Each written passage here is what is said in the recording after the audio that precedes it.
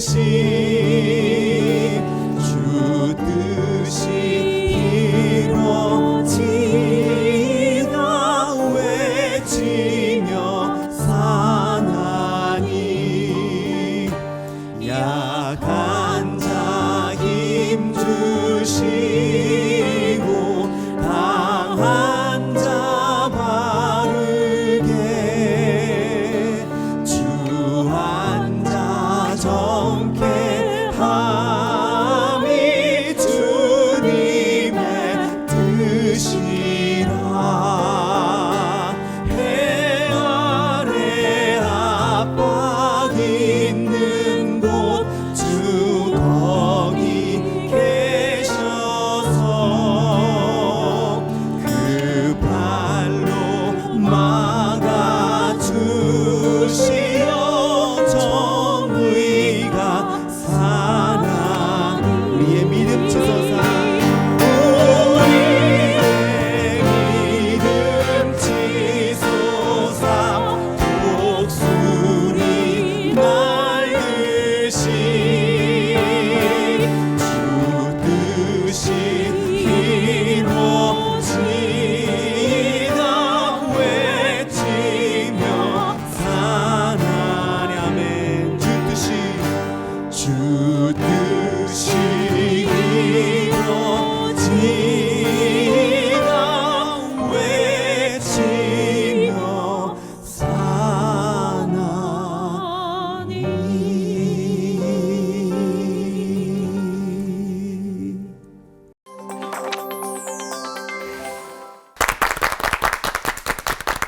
약한 자 힘주시고 강한 자 바르게 주께서 지켜주신다고 약속을 했건만 유난히 그 삶의 빛과 그림자가 도드라져 보이는 인물들이 있어요. 대표적으로 저는 솔로몬이 생각이 나는데 여러분은 솔로몬의 빛과 그림자 중에서 어느 쪽이 좀 도드라져 보이세요? 그래도 빛이 아닐까라고 생각을 하는데요. 솔로몬 하면 진짜 뭐 성경을 통틀어서 지혜의 왕이다 이렇게 말을 하는데 더더군다나 하나님께서 뭘 줄까? 너 말만 해봐. 이렇게 하나님께서 관심 가지시고 정말 그런 와중에 또 지혜요 라고 말할 사람. 그러니까. 정말 또 누가 있을까? 죄송합니다. 죄송합니다. 네. 빼고. 예. 현대에서도 서점에 가면 위인전 코너에 꼭 있는 인물이잖아요. 있어요. 그렇죠. 그리고 지혜서의 최고봉, 잠언과 전도서의 저자, 태평성대를 이룬 왕. 수식어 되게 많죠. 네. 예. 성경 안에서 정말 빛나는 인물인 거 당연한 것 같아요. 아, 근데 지금 다들 잊으셨나 본데 이래서 성경을 꼼꼼히 마주해야 한다는 겁니다. 이 처첩을 1000명이나 두는 그림자 중에 그림자, 철학의 왕. 이게 솔로몬의 실체 아닙니까? 네? 아 잠시만요. 근데 아이 하나를 두고 그 두 엄마가 싸울 때 지혜롭게 그 판결해주는 맞아. 아니에요? 맞아요, 그래서 맞아요. 사랑과 전쟁이라니 이게. 아, 목사님 같은 솔로몬 맞나요? 같죠. 그게 인간이니까요. 파스칼은 이렇게 표현을 했죠. 인간은 무한한 가능성을 가지고 있다.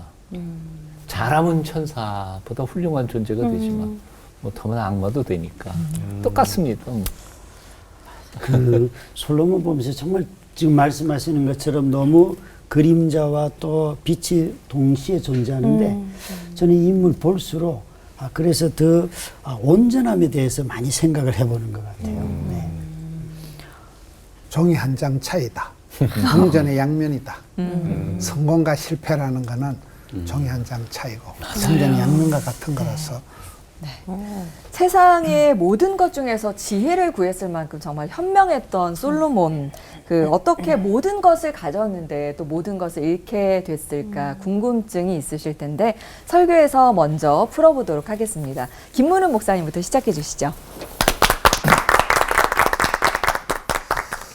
솔로몬의 빛과 그림자, 저는 한 4가지 측면에서 솔로몬의 빛과 그림자를 좀 살펴보려고 합니다. 첫째는 솔로몬은 가장 사랑을 받은 사람이지만은 또 사랑을 가장 실패한 사람이다. 솔로몬의 이름 뜻이 보면 사무엘하 12장 25절에 여디디아라 하시니 이는 여호와께서 사랑하셨기 때문이더라. 솔로몬의 이름 뜻이 사랑받는 자예요. 여디디아. 최고의 하나님의 사랑을 은총을 담뿍 받은 사람이 솔로몬인데 그의 그 후궁과 첩이 700명, 300명, 1000명의 이제 부인들이 있었으니까 열왕기 왕상 11장 3절에 보면 그 여인들이 왕의 마음을 돌아서게 하였더라. 이 1000명의 부인들이 솔로몬의 마음을 천갈래 만갈라로 빼앗아가 버렸다는 거죠. 그래서 솔로몬은 그 하나님의 사랑을 가장 많이 받은 최고의 사랑받고 은총받고 부름받고 쓰임받은 사람이지만은 부인을 1000명을 데리고 있으면서 제가 한 명하고 살아도 이렇게 머리가 아픈데 1000명의 부인들한테 마음을 다 빼앗겼다. 이 여인들이 왕의 마음을 빼앗고 하나님께로 향해 될 마음을 천갈래로 분산시키는 사랑의 실패자 역할을 했기 때문에 우리가 고린도전서 13장에 보면 방언을 하고 천사의 말을 해도 네 몸을 불사르게 내어줄지라도 산을 옮길 만한 믿음이 있을지라도 사랑이 없으면 뻥이야 이렇게 나오잖아요. 그래서 솔로몬이 최고의 사랑받은 자지만 사랑의 최고의 실패자다. 두 번째는 솔로몬은 아빠 찬서를 잘 사용한 사람이지만은 자식 찬서는 실패한 사람이다. 역대상 22장에 가서 보면 그 고고학적인 자료나 이런 거 보면 솔로몬이 잘생기거나 아주 영민한 스타일이 아니에요. 솔로몬이 어릴 때 좀 어리버리했다는 거예요. 멍 때렸다는 거예요. 그러니까 아빠가 걱정이 태산이니까 역대상 22장에 보면 아빠 다윗이 하나님 우리 아들이 지어야 될 성전은 크고 장려한데 우리 아들은 어리고 미숙하니 우리 아들에게 지혜와 명철을 주세요. 그래서 솔로몬이 제왕이 된 거예요. 솔로몬이 워낙 어리버리하니까 하나님 우리 아들에게 마음을 강하고 담대하게 해주세요. 그 기도를 통해서 아들 솔로몬이 담대한 왕이 된 거예요. 그 성경을 이렇게 역대상 20에 보면 아빠 다윗이 다 준비하고 죽기 전에 많이 준비하고 그래서 그 솔로몬은 아빠가 기도하고 쌓아놓은 것을 그 따먹은 아빠가 준비해 놓은 것을 그냥 자기는 그 입당식 세리머니만 한 거지 아빠 찬서가 대단했다. 아버지 다윗이 훌륭했다는 것이고 두 번째 반대 측면에서 그의 아들이 르호보암이잖아요. 르호보암 때 이스라엘 나라가 분열이 되어버리는 거예요. 아빠 사랑은 그렇게 받았는데 자식 농사는 실패했다는 거예요. 철저히 자식 농사에 실패한 그의 아들 르호보암 때 통일 왕국이 남북으로 분열이 되어버리는 비극을 맞이한 자식 농사의 실패자다. 세 번째, 솔로몬은 최고의 정성은 쏟았는데 영성에는 실패했다. 사람이 살아갈 때 세 가지가 중요하대요. 영성과 야성과 정성이 중요하다.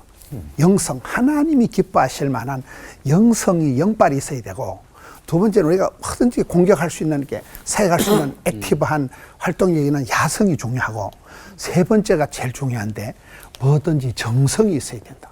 지극 정성이 있어야 된다. 이 솔로몬이 기도할 때 1000번제를 드렸으니까 엄청난 거잖아요. 1000번제를 드리는 최고의 정성은 쌓은 거지만은 하나님이 보실 때 참 네가 이쁘다, 네가 참 착하다 하는 그 영성을 관리하는 데는 실패했다는 그 부인들을 봤을 때는. 그리고 이제 자식 농사라는 게 우리가 성경 요한 3서를 보면 영혼이 잘 되고 범사가 잘 되고 온몸이 잘 되고 그걸 뭐 흔히 삼중 축복이라 그래요. 근데 그 영혼이 잘 되고 범사가 형통하고 온몸이 강건한 것보다 더 중요한 게 그 뒤에 3절 4절에 나오는 말씀에 보면 너희 자녀들이 진리를 행하는 것이 가장 중요하다는 거예요. 솔로몬이 아무리 부귀영화를 누리고 삼중 축복, 오중 축복을 다 누려도 자식 농사에 실패한 것이 이게 세 번째 빛과 그림자. 마지막으로 솔로몬의 네 번째 빛과 그림자는 그의 저서를 보면 알 수 있다는 거예요. 사람이 그 어떤 기도를 한다, 글을 적는다는 것은 그 사람의 신앙 고백이잖아요. 솔로몬의 저서가 세 권이에요. 첫째는 잠언, 아가서, 전도서. 잠언은 뭐냐? 젊을 때 하나님 주신 지혜를 가지고 백성들을 다스리는 지혜서가 잠언서잖아요. 하나님이 주신 지혜를 가지고 백성들을 다스릴 때는 솔로몬 왕이 된 거예요. 두 번째, 그가 술람미 여인과의 아주 그 농밀한 사랑을 속삭인 것이 아가서예요. 그건 신학자들이 얘기할 때 주 안에 있을 때, 예수님 안에 있을 때는 최고의 사랑을 할 수 있다는 거예요. 그러니까 말년에 그가 기록한 것이 전도서예요. 헛되고 헛되고 헛되고 헛되니 다 헛되다는 거예요. 하나님을 떠난 부귀영화 성공 이건 다 뻥이라는 거예요. 하나님을 떠난 것은 다 의미가 없다는. 그래서 솔로몬의 저서를 통해서 그런 부귀영화의 성공과 실패의 처음과 끝을 볼 수 있기 때문에 솔로몬이란 한 사람에게서 최고의 어떤 성공, 영화, 지혜, 또 최고의 실패와 허무함을 가장 빛과 그림자를 볼 수 있다. 성공과 실패는 종이 한 장 차이니까 하나님 앞에서 자신을 잘 살펴가는 우리 성도님들 되시기를 주님의 이름으로 축원합니다. 하나님 아버지 감사합니다. 솔로몬을 거울로 삼아서 저희들의 일상 속에서, 삶 속에서, 만남 속에서 지혜로운 주를 기쁘시게 하는 저들 되게 해 주시옵소서. 예수님 이름으로 기도하옵나이다. 아멘. 열왕기상 4장 22절부터 23절 말씀인데요. 솔로몬의 하루 음식물은 가는 밀가루가 30고루요, 굵은 밀가루가 60고루요, 살찐 소가 10마리요, 초장의 소가 20마리요, 양이 100마리이며 그 외에 수사슴과 노루와 암사슴과 살진 새들이었더라. 이 열왕기상 4장에 보면 20절부터 34절에 솔로몬이 이게 음식, 하루에 올라오는 음식만 언급한 것이 아니라 그 나라가 얼마나 국력이 강성한지, 또 많은 나라에서 어떻게 조공을 바치는지, 그가 다스리는 나라의 경제적인 상태, 치안 상태, 모든 것에 대해서 이야기하고 솔로몬이 가진 지혜와 이 모든 것을 한마디로 평안하였더라, 부족함이 없더라, 모든 것이 넘치는 그런 이야기를 하고 있어요. 그런데 솔로몬이 이렇게 왕이 될 때는 기도를 통하여서 우리가 아는 대로 참 경건하게 묘사가 되지만 오늘 본문에도 여전히 솔로몬의 명암에 해당하는 언급들을 살짝 해요. 많은 나라에서 조공이 오고 그의 나라가 부족함이 없는 아주 경제적으로 풍성하고 뿐만 아니라 그가 지혜가 참 많았더라. 이런 것들은 슬쩍 지나갈 때는 아무 지금까지는 문제가 없어요. 이건 다 축복의 덩어리죠, 사실은. 그래서 솔로몬에 대해서 어떤 분이 이야기할 때는 째깍째깍 지금 시한폭탄이 흘러가고 있다. 언제 터질지 모르지만 이것이 터지면 그 제국이 무너지는 건데 사실은 솔로몬 때에 이것은 터지지 않았어요. 우리가 솔로몬에 대해서 이야기하는 것을 가만히 보면 지혜에 대한 이야기를 할 때 꼭 그가 창녀인 어떤 두 여자가 아이를 낳아서 하룻밤 지나고 나니 가나이가 죽었어요. 그래서 그 재판을 참 잘해서 솔로몬은 지혜자다 이렇게 말하는데 제가 볼 때는 그보다 더 중요한 것은 통치자가 그가 처음 하나님께 지혜를 구했던 것처럼 내가 듣는 마음을 달라고 했잖아요. 그런데 저는 그 왕이 되어서 그 창녀들의 억울함을 풀어주는 왕이었다는 게 더 중요하다는 거예요. 통치자가 되면 억울한 사람들의 마음을 풀어주는 것이 하나님이 통치자를 세운 이유인데 이 통치자가 억울한 사람들의 말이 들리지 않기 시작하면 그때부터 그의 모든 누리는 재산이든 권력이든 군대든 모든 힘은 다 자기를 위한 욕망이 되는 거죠. 그래서 이 솔로몬이 그가 밝은 쪽에 있었을 때는 하나님의 말씀을 듣는 마음이 있었어요. 그러나 그가 시한폭탄을 품고 간다고 얘기했듯이 어느 시점에 갔을 때 이제 더 이상 가난한 사람들의 이야기가 들리지 않는 거예요. 억울한 사람들의 하소연이 자기의 밥상에 올라오는 그 음식 불평하는 것하고 비교한다면 오히려 음식 불평이 더 많아지는 삶을 사는 거죠. 정말 그는 지혜로 제국을 이루었어요. 그가 통치했던 나라의 영역을 보면 다윗보다도 훨씬 넓고 애굽까지 또 유프라테스 강까지 그가 다 통치를 하게 되지요. 얼마나 많은 조공들이 오고 정말 말씀하신 것처럼 많은 후궁을 두는 것도 그가 한 업적이죠. 그러나 그 모든 것은 외교 전략이지 않습니까? 솔로몬은 자기 자신이 하나님이 원하시는 하나님의 나라를 세우도록 왕으로 부르심을 입은 것인데 그가 어느 순간부터 왕이 자체가 자신의 목적이 되어버렸던 거죠. 그의 아들 르호보암이 왕이 될 때에 사람들이 와서 이렇게 묻습니다. 당신의 아버지는 우리에게 채찍으로 우리를 짐을 지었다면 당신이 우리 짐을 가볍게만 해주면 우리가 당신을 섬기겠습니다 라고 말할 때 르호보암이 뭐라고 말합니까? 나는 전갈의 채찍으로 너희들을 통치하겠다 라고 더 심한 압제를 이야기하게 되지요. 그러니까 솔로몬은 풍요로움을 가졌든지 뭘 가졌든지 간에 결국 마지막에 가서는 그것이 제국의 방식, 애굽 제국의 방식, 바벨론의 방식, 페르시아의 방식, 로마의 방식으로 다 쫓아갔지 하나님 나라의 방식이 아니었다는 거예요. 참으로 안타까운 일이긴 하지만 그 풍요로움이 다 폭탄이 되어버렸어요. 먹을 것이 풍족하여 부족함이 없다라고 하는 이 말이 그에게 있어서는 자신의 탐욕을 채우고 권력을 가지고 자기 식탁을 채우는 도구로 삼았을 뿐이지 그 권력을 가지고 굶주리는 사람들을 먹이는 왕이 되지 못했던 것입니다. 우리 모두가 재물에 대해서 풍족함이 하나님의 음성 듣는 것을 방해한다는 것 또한 사실이에요. 권력 또한 하나님의 음성을 듣는 것에 방해가 돼요. 우리 모두가 다 이 권력이나 힘이나 성공이나 부나 모든 물질이 하나님이 주시는 선물인 건 틀림없어요. 그런데 그것의 가장 큰 위험함은 하나님의 음성이 들리지 않는 때가 온다는 것이에요.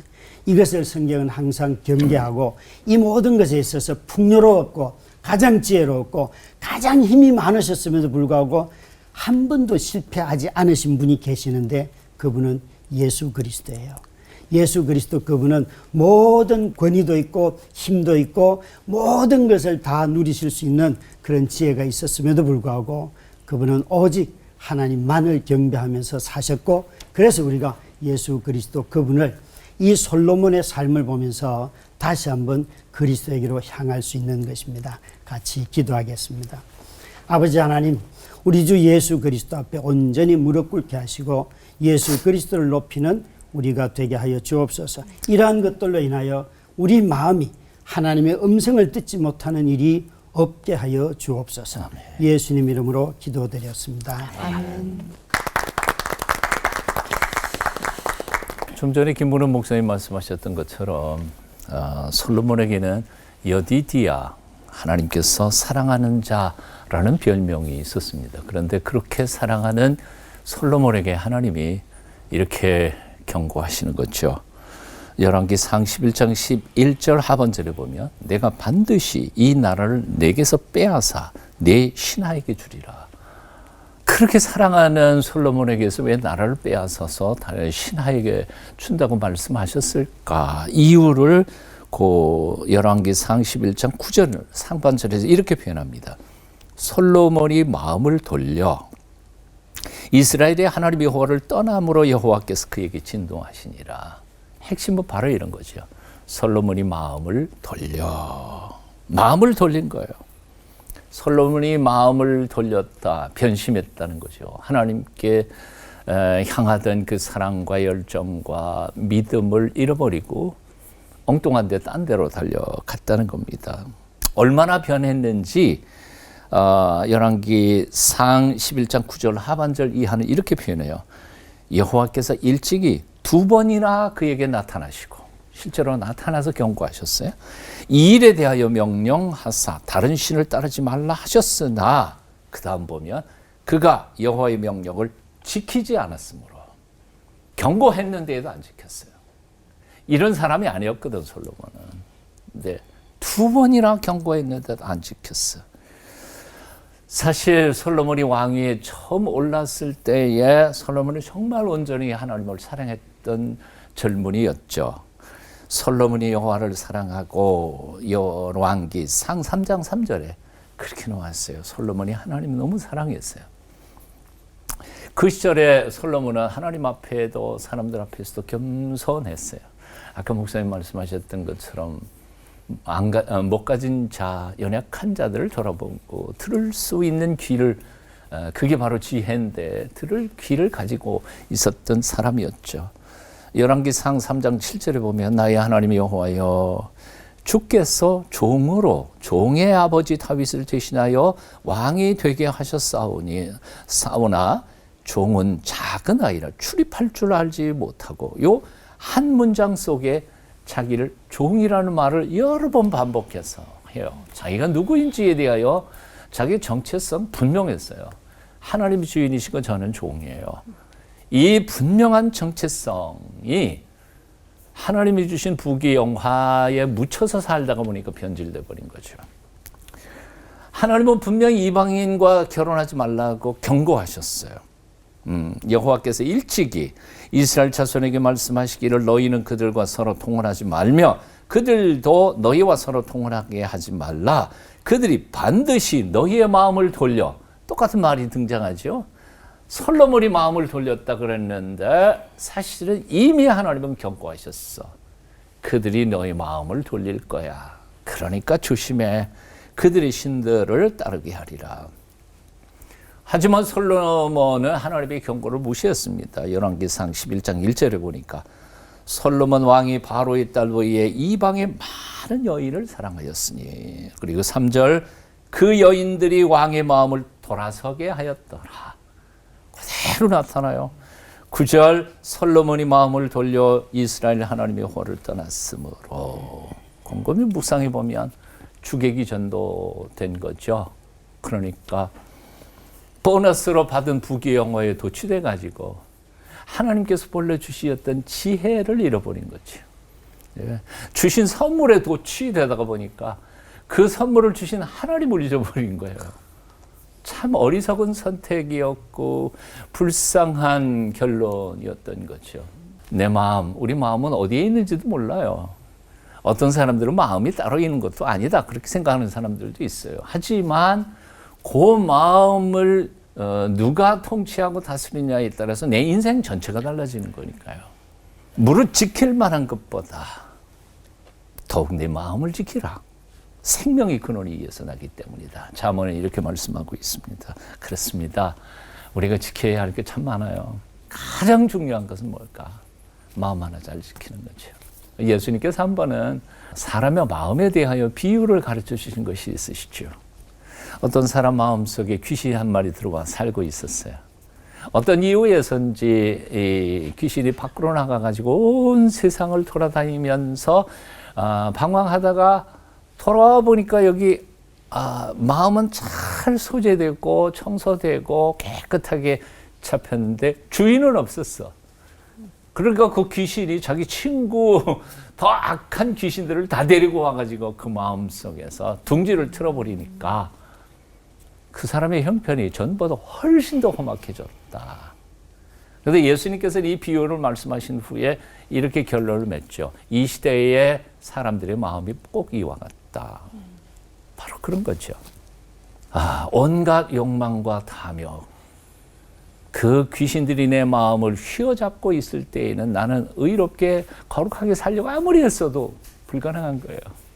예수 그리스도를 내 마음속에 모셔드리고 그분이 나의 인생과 마음을 통치하면서 천국을 만들어가는 하나님의 사람들이 되도록 애쓰고 노력할 때 솔로몬처럼 처음은 시작했으나 나중은 너무 불쌍한 인생을 살아가지는 않게 될 거라고 생각이 듭니다.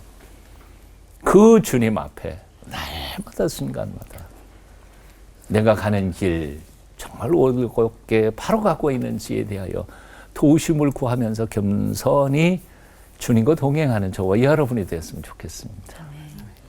기도하겠습니다. 주 예수님, 내 마음조차도 내 마음대로 할 수 없는 연약한 저희를 불쌍히 여겨 주시옵소서. 오늘 내 마음속에 들어오셔서 인생의 주인이 되어주시고 탐욕과 쾌락에 찌들었던 우리를 정결한 하늘 백성으로 다시 인쳐 주시옵소서. 예수님의 이름으로 기도하옵나이다. 아멘.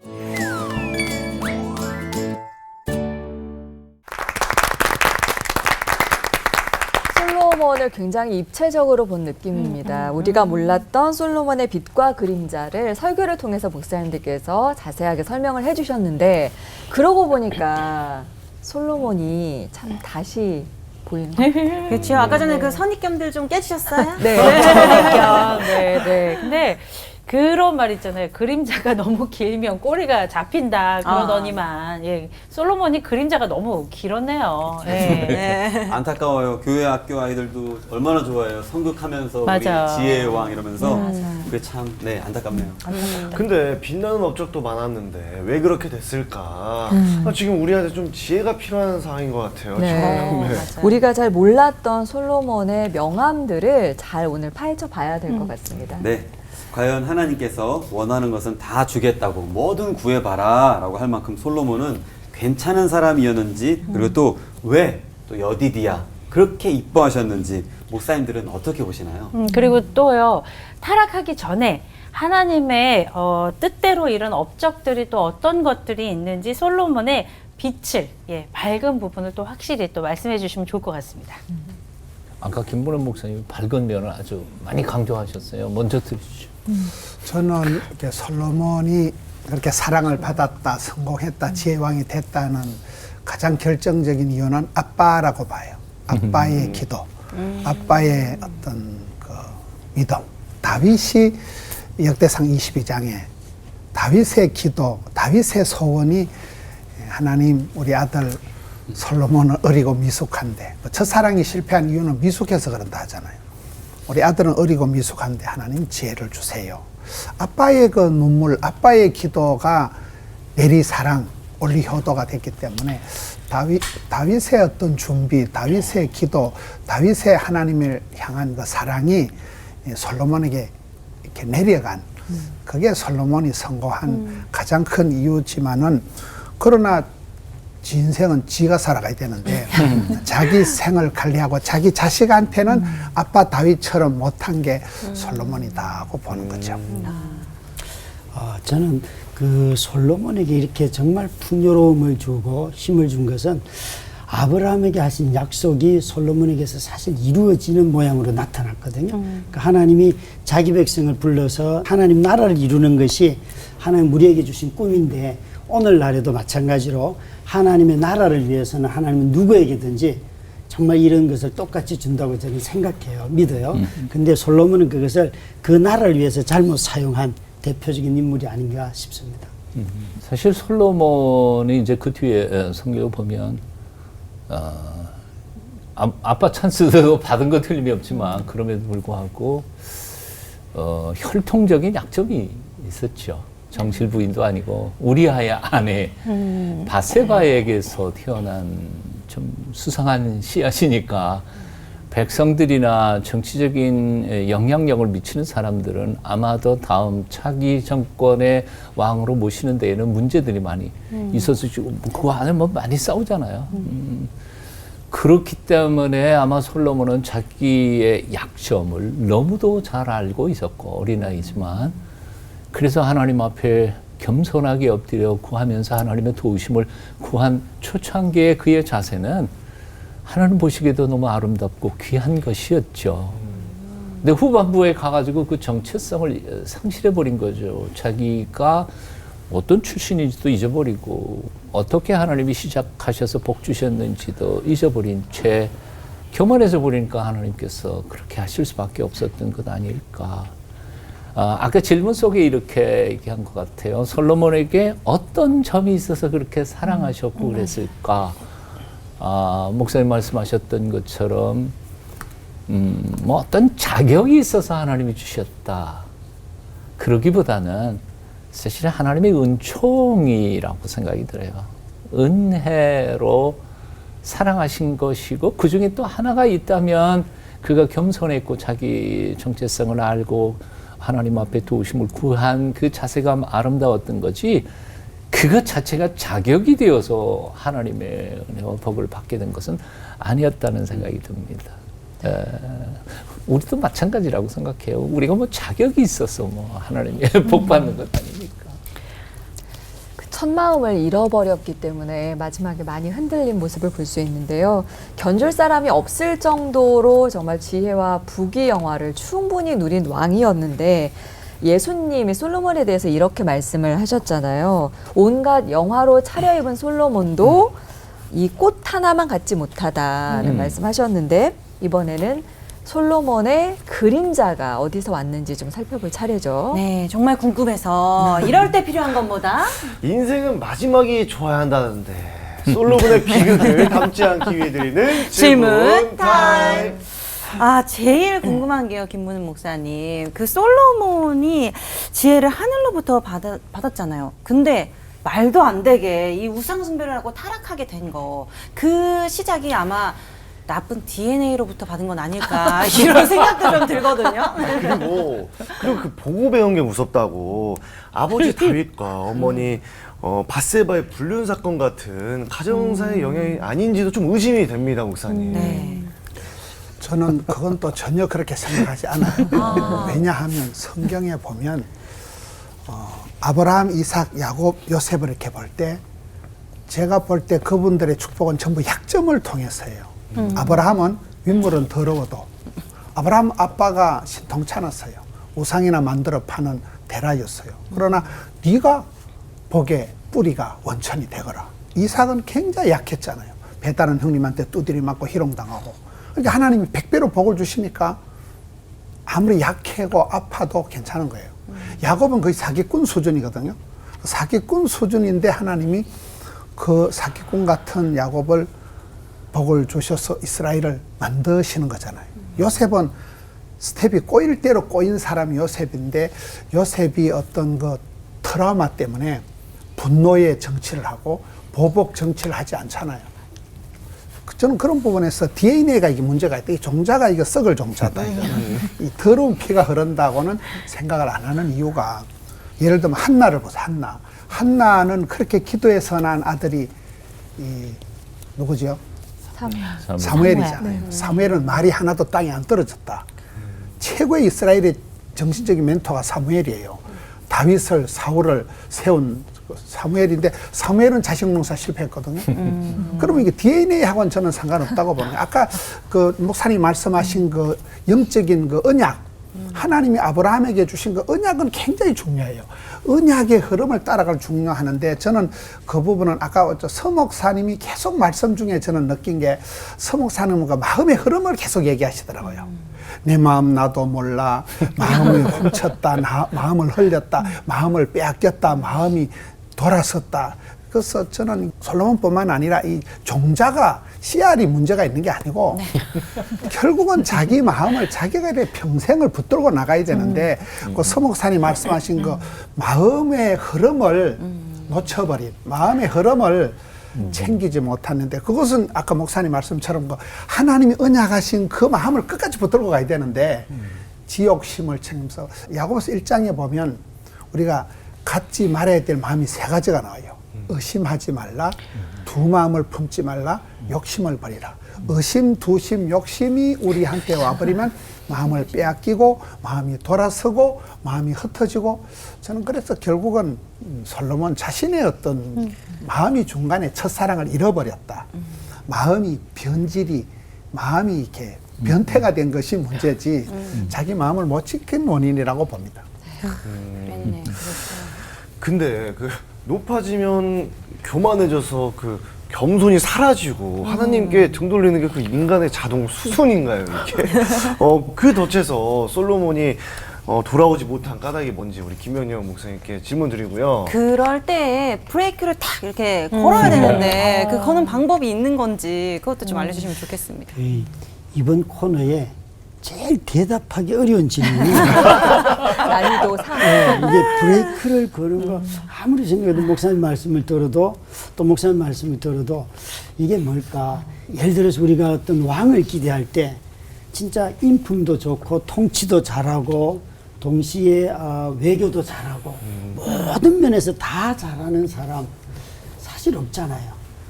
없고 성경에서 어떤 통치자를 이야기해도 그 사람은 자기 권력에 삼키움을 당해서 다 자기를 경배하고 숭배하는 쪽으로 돌아서잖아요. 솔로몬이 왕이 되자마자 제일 먼저 한 게 자기의 정적들을 권력으로 쳐내는 일을 했지 않습니까? 그런 걸 보면 벌써 솔로몬은 초기부터 그가 왕이 되는 과정에서는 은혜가 있었는지 몰라도 결국에는 권력을 가지고 자기의 형제나 제사장들을 쳐낸단 말이에요. 저는 이런 걸 보면서 정말 하나님이 예수 그리스도 밖에는 왕이 없다는 이 말의 실제가 이런 솔로몬을 통해서도 나타나는데 우리는 너무 그런 면에서 사람들을 기대하고 이런 사람이 있으면 좋겠다. 그게 바로 그리스도로 가면 참 좋겠는데 그리스도 말고 이렇게 되기가 쉬운 것 같아요. 그래서 브레이크가 뭐냐고 저게 묻는다면 그리스도를 높이는 것 외에는 다른 방법이 뭐가 있나 이 생각을 사실은 이 코너에 오기 전부터 계속 도대체 내가 무슨 대답을 하지? 제일 어려웠어요. 브레이크에서 발 떼고 예수 그리스도 악셀을 밟는 걸로 네 그렇게 가야겠네요. 그럼. 근데 이제 아빠 찬스는 자긴 잘 받았으면서 여기서 제일 억울한 건 아들 르호보암 아니겠습니까? 이거 그 서정호 목사님께 질문을 드려볼게요. 하나님께서는 이렇게 말씀하셨잖아요. 얘가 사는 날 동안에는 내 아버지 다윗을 보아서 그렇게 하지 않겠지만 내 아들 때에 이르러서는 내가 이 날을 갈라놓겠다. 진짜 갈라놓으셨잖아요. 그죠? 네. 왜? 죄는 아비가 짓고 왜? 항상 후손들과 그 아들들이 왜 이렇게 피를 보게 되는지 이게 그 바로 하나님의 무서운 징계 방식인 건지 궁금하고요. 그리고 다윗, 솔로몬, 르호보암 3대를 바라보시는 하나님의 마음은 어떠셨을지 우리 서정호 목사님께 질문 드리고 싶습니다. 이 질문은 아까 우리 김문우 목사님 다 대답하셨던 것 같아요. 자식 부모 죄 때문에 자식이 그렇게 될 수 있는가? 부모의 선함 때문에 자식이 또 뭐 아빠 찬스를 쓸 수 있는 것인가? 사실은 그런 건 아니라고 생각이 들어요. 이 문제에는 굉장히 중요한 아주 신학적인 조정이 필요한데요. 그 하나는 하나님의 섭리, 하나님의 경륜, 하나님의 주권이고 또 하나는 우리 인간의 자유의지이죠. 그러니까 이게 균형을 가져야 되는데 하나님의 주권을 너무 강조하다가 보면 인간의 자유의지가 약화돼요. 그러면 숙명론에 빠져요. 그러니까 하나님이 이미 다 결정해 놓으셨는데 솔로몬 아들 막 다 망치기 결정해 놨는데 르호보암이 뭐로 한들 되겠냐. 이게 숙명론이죠. 근데 이거는 분명히 성경적 사고방식은 전혀 아닙니다. 자, 그러나 또 동시에 거꾸로 인간의 자유의지를 너무 강조하다가 보면 하나님의 통치, 하나님의 전능하심, 하나님의 섭리 이게 약화된다고요. 그럼 하나님 뜻 상관없네. 내가 열심히 살면 되지. 그건 또 아니거든요. 그러니까 이 두 개의 균형을 어떻게 잡을 거냐. 이게 굉장히 어려운 얘기죠. 어려운 얘기지만 분명한 것은 하나님은 우리에게 자유로운 자유의지를 주셨고 또 하나님이 우리 인생과 역사의 주인이신 것은 또한 틀림이 없는 사실이죠. 그러니까 이 점에서 우리는 이 문제를 풀어가야 된다고 생각이 들어요. 사실 솔로몬 왕의 범죄 때문에 그거 하나만 르호보암이 망한 거냐? 그런 건 아니거든요. 그 뒤에 읽어가 보면 르호보암이 결정적으로 실수한 이것들이 등장하고 있으니까요. 사실은 예레미야나 또 에스겔이나 여기에도 유다 왕국이 멸망해 갈 때에 제기됐던 유다 백성들의 질문이 바로 그런 거예요. 그때 속담이 뭐냐 하면 아버지가 신포도를 마셨는데 아들이 어떻게 시다고 말할 수 있겠냐. 이게 근데 그들에게 통용된 거예요. 그러니까 이 얘기를 현대식으로 말한다면 죄는 아버지가 지어놓고 왜 내가 고생을 해야 돼? 이런 얘기들을 한 거죠. 조상님들이 다 죄 저질러 놨는데 우리는 그냥 그 덤터기로 바벨론에게 당해가지고 이렇게 찢어지고 갈라지고 망하게 생겼다. 이 얘기는 무슨 얘기인 거 아니에요? 유다 백성들이 자신들이 지금 짓고 있는 죄, 하나님 앞에서 바로 살지 않는 그 허물과 죄에 대하여는 돌아보지 않은 채 다 우리 조상님들 때문에 우리가 이렇게 고생하고 있다. 하나님의 입장에서는 예레미야를 통해서 에스겔을 통해서 그거 아니야. 그거 아니다. 조상들이 그렇게 죄를 지었다고 너희도 그렇게 지니까 내가 너희를 때릴 수밖에 없지 않느냐 하는 거였죠. 저는 역사에는 가정은 없다고 생각합니다.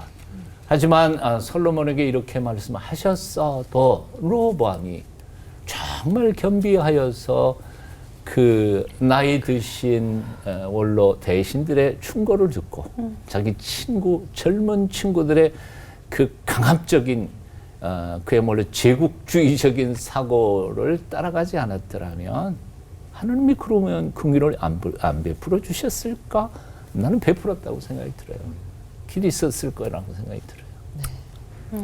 가장 큰 지혜를 가졌던 솔로몬에게서 또 치명적인 실수로 얼룩진 인생을 보게 되니까 참 처량한 인생이다라는 생각이 들면서 솔로몬의 그 말, 전도서에 헛되고 헛되다.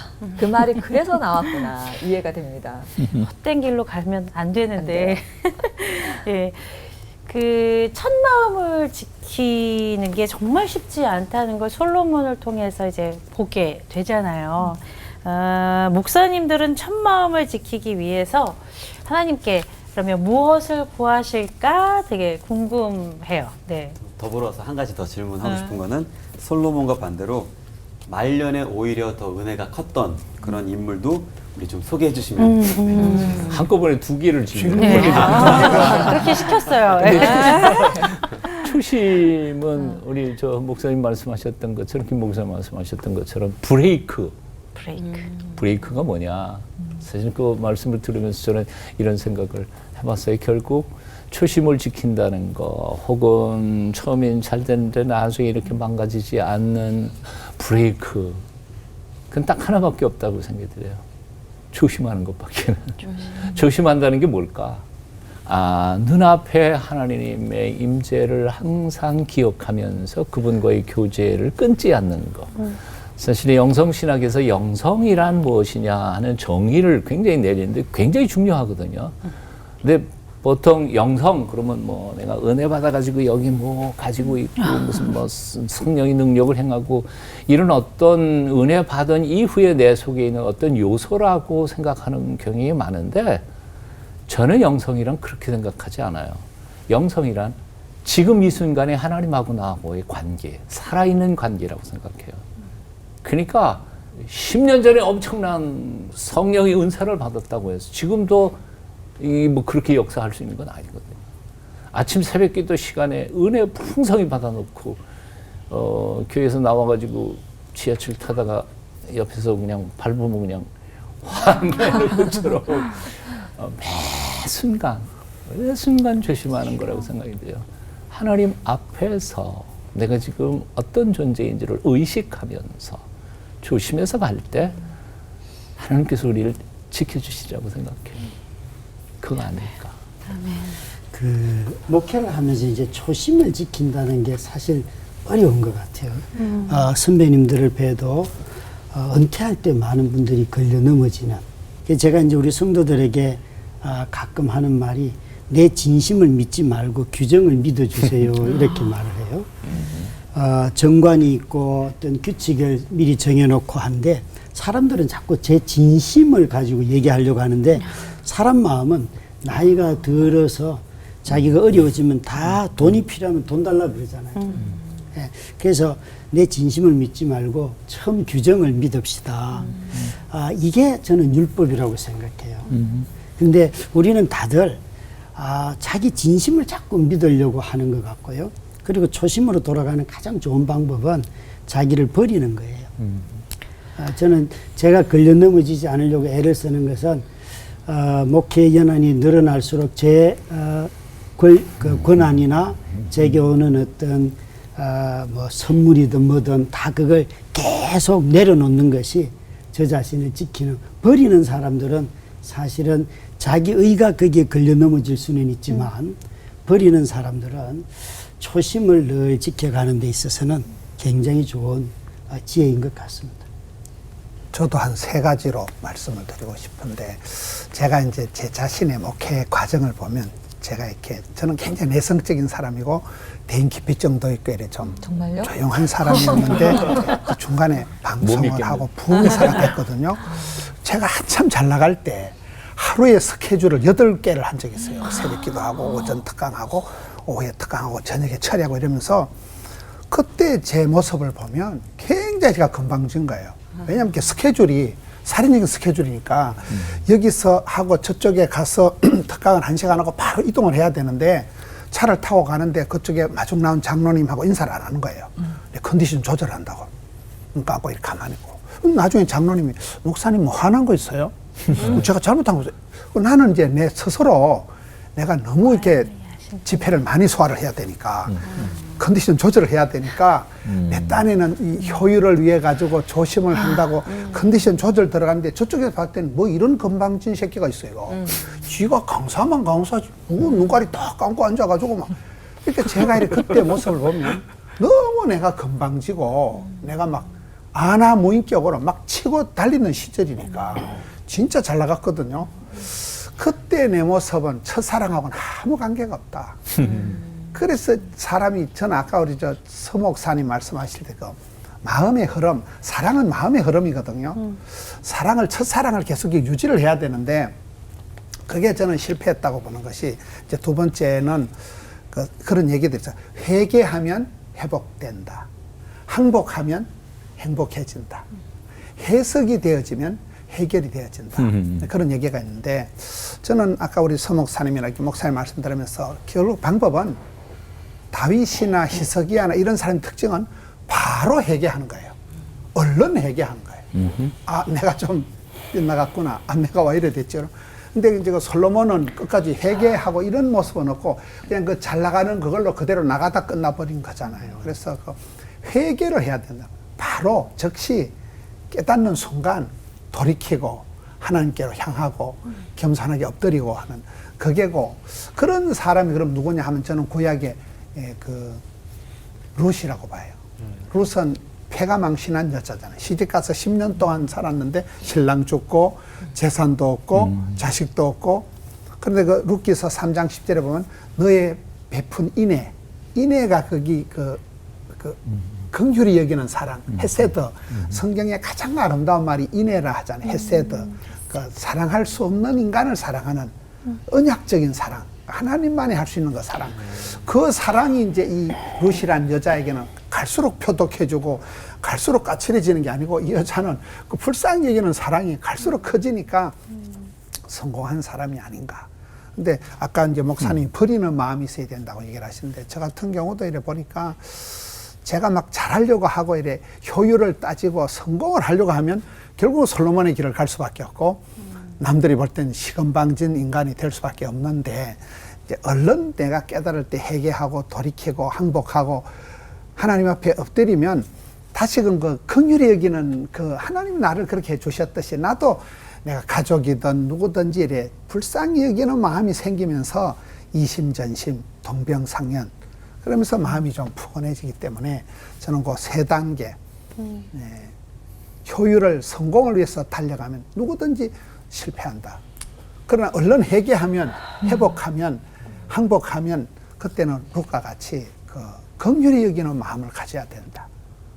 불쌍히 여기는 그 헤세드, 그 사랑을, 아버지 하나님이 그 마음을 품으면 우리가 사랑할 수 없는 사람이 없기 때문에 솔로몬과 같이 그런 용두사미의 형은 아니고 에스컬레이터형으로 갈수록 점점 더 좋아지는 룻과 같은 삶을 살 수 있겠다. 에스컬레이터를 타야 되겠네요. 좋네요. 근데 우리가 인간 솔로몬에 대해서 이야기를 나누면서 약간의 연민의 마음이 생기는 건 우리 안에도 사실 똑같은 빛과 그림자가 있기 때문이 아닐까라는 생각이 드는데요. 신앙은 중간이 없다는 이야기를 예전에 한 목사님께 들은 적이 있는데, 빛의 사람이 될 수 있기를 좀 소망하면서 오늘 시간을 정리하고자 합니다. 성경을 읽다가 또 올포원을 보시다가 또 생활을 하다가 뭔가 신앙적인 궁금증이 생기시는 시청자분들 계실 텐데요. 그럴 때 저희 올포원으로 보내주시면 함께 나누는 시간 갖도록 하겠습니다.